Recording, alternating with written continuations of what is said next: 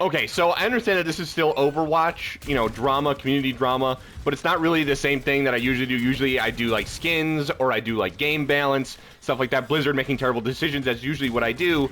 This is a little out of my comfort zone, but I want to talk about it because I think it has brought out just the worst of the Overwatch community, and it's kind of putting the worst of the Overwatch community on display, and it kind of bothers me.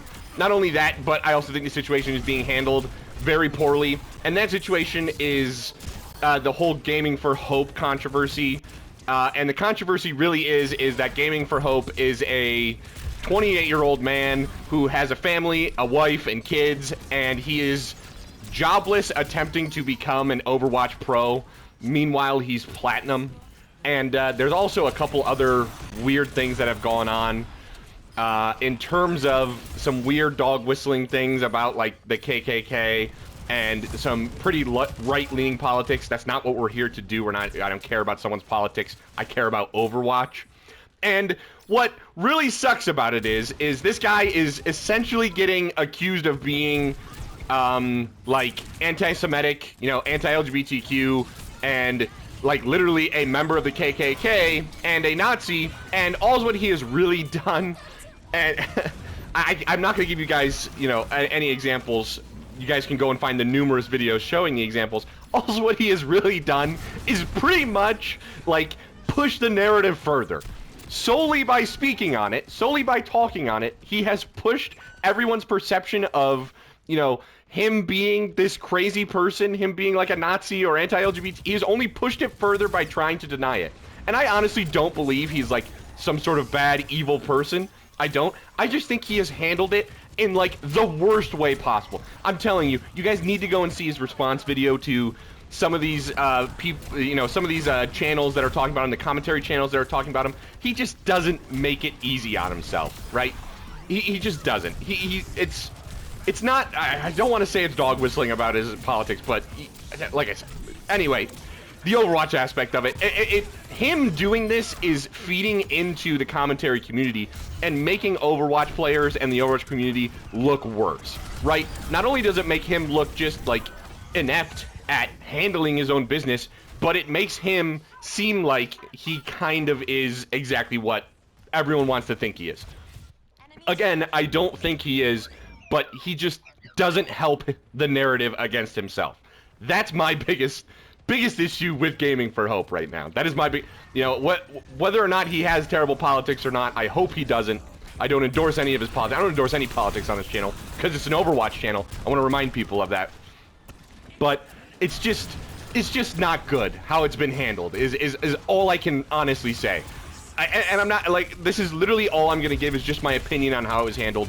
I'm not trying to cover it and be like, oh, like, you know, this and this or whatever. I'm not trying to make fun of him or anything like that. It's just not good for the Overwatch community. And I'm gonna mention this part too, really quickly. Actually, no, not really quickly. I'm probably gonna take a while with this.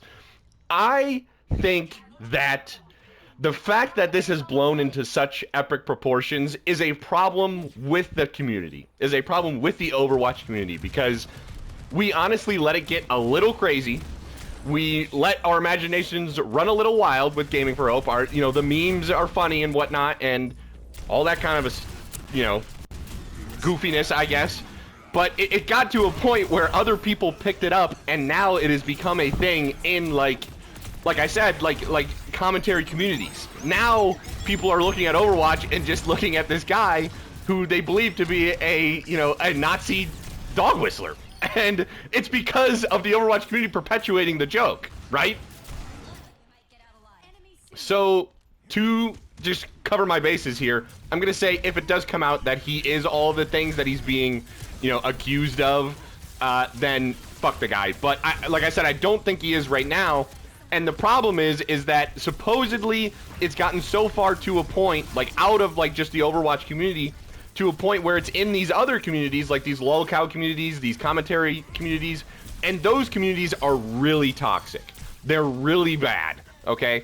I should know, I'm a part of some of them, you know, I watch those videos, okay? But they're apparently being so bad that they're finding where Gaming for Hope, like formerly worked, and they're sending him death threats, like, and stuff like that, and they're threatening to like bomb his house, and they're calling his phone somehow. That's just way over the top. And I hope it's not the Overwatch community that's doing that. I really hope it's not, because, you know, that would suck. But it's just a terrible situation all around, really. Like I said, he has not done much to help himself. His own addressing the accusations video kind of made it worse, right? Like, made it worse in a lot of people's eyes. It's just not good. It's not good. I don't plan on doing these kinds of videos a lot. If you guys like this video, please tell me. If you didn't, please tell me. If you even know who Game for Hope is, please tell me. If you know, don't even care about Overwatch and you just found this video because of the commentary, you know, community, please let me know that as well. All right, just bye, guys.